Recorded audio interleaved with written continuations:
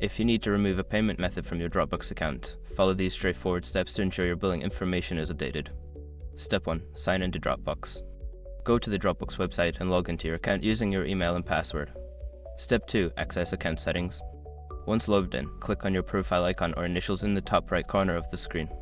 From the drop-down menu, select Settings to access your account settings. Step 3. Navigate to Billing.